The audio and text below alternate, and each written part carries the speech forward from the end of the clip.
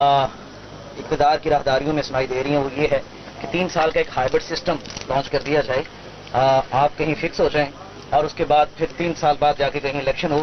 ایسی صورتحال میں پاکستان تحریک انصاف کہاں کھڑی ہے؟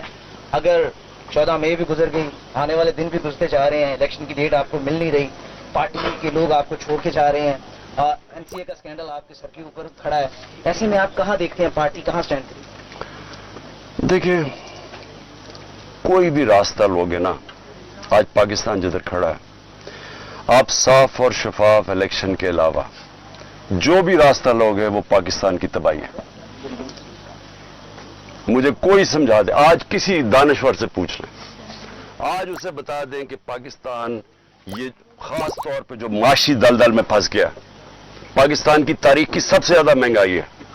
آج بلومبرگ کہتا ہے کہ پاکستان میں سری لنکا سے زیادہ مہنگائی ہو گئی ہے جب سری لنکا میں پبلک سڑکوں پہ آئی تھی۔ تو سوال یہ ہے کہ اس سے نکلنا کیسے ہے؟ کوئی سارے دانشور آپ کو ایک بات کہیں گے کہ پہلے صاف اور شفاف الیکشن کرواؤ تاکہ سیاسی استحکام آئے اور اس کے بعد پھر آپ کی معیشت ٹھیک ہوگی، یہ سب کہتے ہیں۔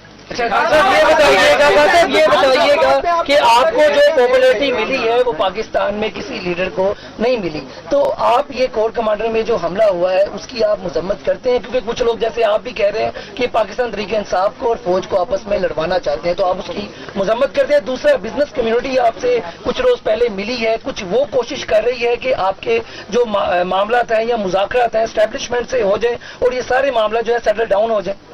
دیکھیں، سب سے پہلے تو کون نئی مذمت کر رہا جو کور کمانڈر ہاؤس جلایا گیا ہے؟ مجھے کوئی انسان بتا دیں پاکستان میں جو نہیں کر رہا۔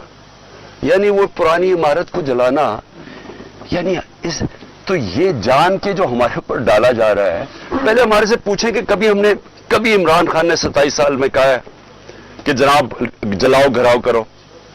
ہمیشہ پرامن احتجاج کا ہے، قانون اور آئین کے بیچ میں رہ کے۔ یہ میرا 27 سال کا ہے بھائی، جب مجھے گولیاں لگی ہیں تب توڑ پھوڑ نہیں ہوئی، تب جلاؤ نہیں کیا۔ تو اس لیے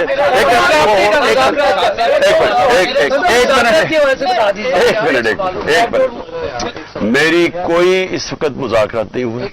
ہمارا صرف ایک ہی، میں نے شروع سے کہا ہے کہ میں ہر سے بات کرنے کے لیے تیار ہوں، لیکن بات کرنے کی تو ایک ہی ہے، الیکشنز، اور بات کس کی کرنی ہے؟